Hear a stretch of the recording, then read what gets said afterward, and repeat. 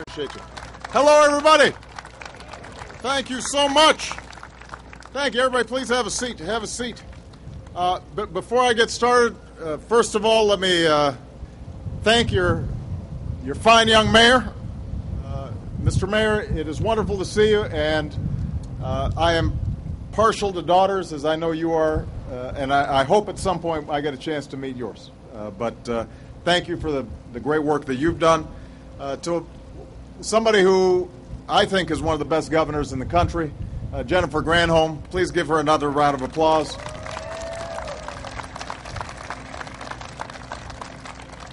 Jennifer has been relentless about bringing manufacturing, 21st century manufacturing here to Michigan. And this is just an example of the kinds of projects she's been working on for so long. I'm very grateful for the presence of the chairman of LG Chem, Ban Muku. Thank you very much for your presence here today, as well as the CEO and vice chairman, Peter Ban-Suk Kim. Thank you very much.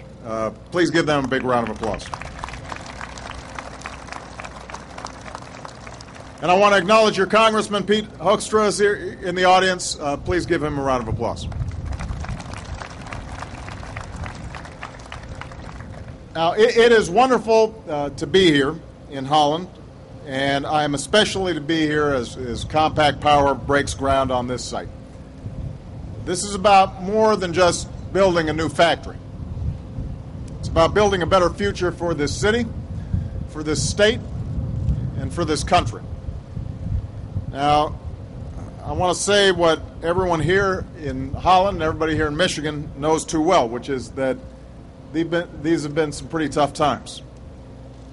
A brutal recession came on top of what was already a lost decade for the middle class, especially for manufacturing towns here in the Midwest.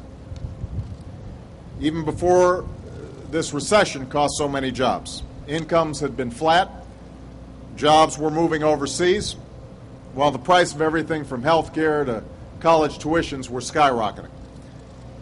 It was a decade in which it seemed like the values that built this country were turned upside down. Folks who were working hard and honestly every day to meet their responsibilities were running in place or falling behind, while high-flying financial speculators who were cutting corners were rewarded with lavish bonuses and benefits. It got even worse when the financial crisis sent our economy into a free fall and cost 8 million Americans their jobs. Michigan was hit harder than anywhere else. And on top of this recession, you were also rocked by the near collapse of the domestic auto industry. It was in the middle of this crisis that my administration walked through the door, and we had a number of difficult decisions that we had to make and make quickly. Some, including shoring up U.S. automakers, weren't real popular, as you will recall. But with millions of jobs at stake, with the future of so many families and businesses on the line, we acted to prevent the country from slipping into an even deeper crisis. And that's why when my administration began, we cut taxes for small business owners and for 95% of working families here in Michigan and across the country. We extended unemployment insurance to help folks get through these storms. And through small business loans, a focus on research and development, and investments in high-tech, fast-growing sectors like clean energy, we've aimed to grow our economy by harnessing the innovative spirit of the American people. Because we did, shovels will soon be moving earth, and trucks will soon be pouring concrete where we are standing.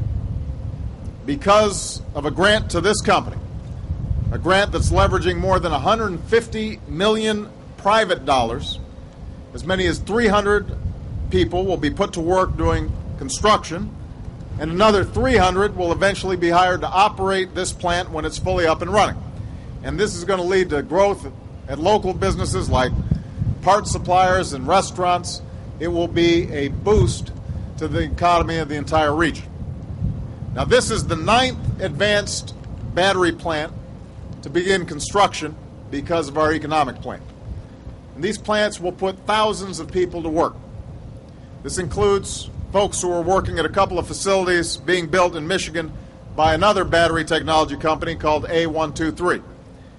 And in every case, we've been guided by a simple idea. Government can't generate the jobs or growth we need by itself. But what government can do is lay the foundation for small businesses to expand and to hire, for entrepreneurs to open shop and test new products, for workers to get the training they need for the jobs of the 21st century, and for families to achieve some semblance of economic security. So our goal has never been to create a government program, but rather to unleash private sector growth, and we are seeing results. There are 4.5 million unemployed workers already hired whose employers are eligible for a payroll tax exemption, a tax break that I signed into law earlier this year. Just yesterday, the Council of Economic Advisors put out a detailed report, and it showed that for things like tax credits that go to advanced energy manufacturing, or loan guarantees for small businesses, or financing for infrastructure projects, we're leveraging nearly 3 private dollars for every public dollar that's spent. That's an incredible bang for our buck. By making critical seed money available, we've attracted more than $280 billion in investment from private companies and others, which will mean new jobs and brighter futures for families in Holland and in communities across the country. And by the way, these aren't just any jobs. These are jobs in the industries of the future. Just a few years ago, American businesses manufactured only 2% of the world's advanced batteries for electric and hybrid vehicles. 2%. But because of what's happening in places like this, in just 5 years, we'll have up to 40% of the world's capacity. 40%. So for years you've been hearing about manufacturing jobs disappearing overseas. You are leading the way in showing how manufacturing jobs are coming right back here to the United States of America.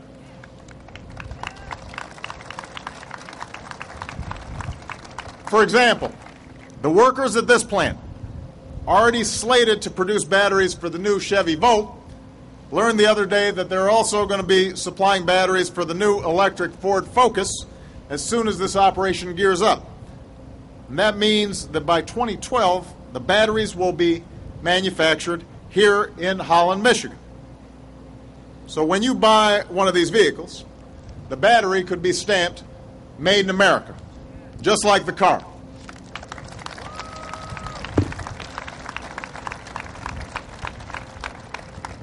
And here's another benefit.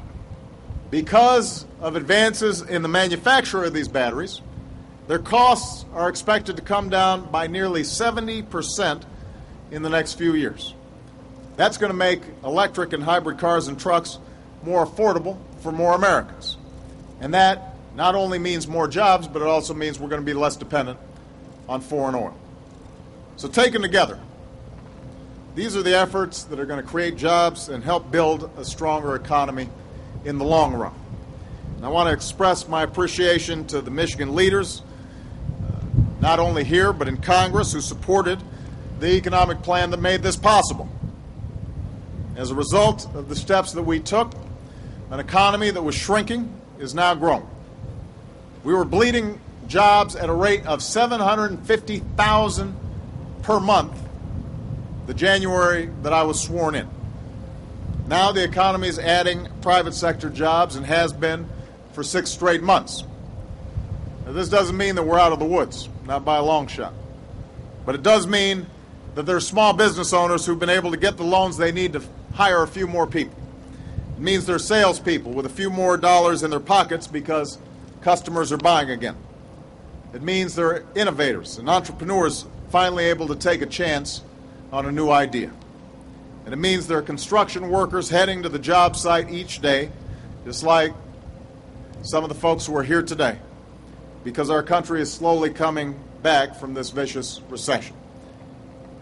The progress we've made so far is not nearly enough to undo the enormous damage that this recession caused. And I've said since the first day I took office, it's going to take time to reverse the toll of the deepest downturn in a generation. I won't be satisfied as long as even one person who needs a job and wants to work can't find one.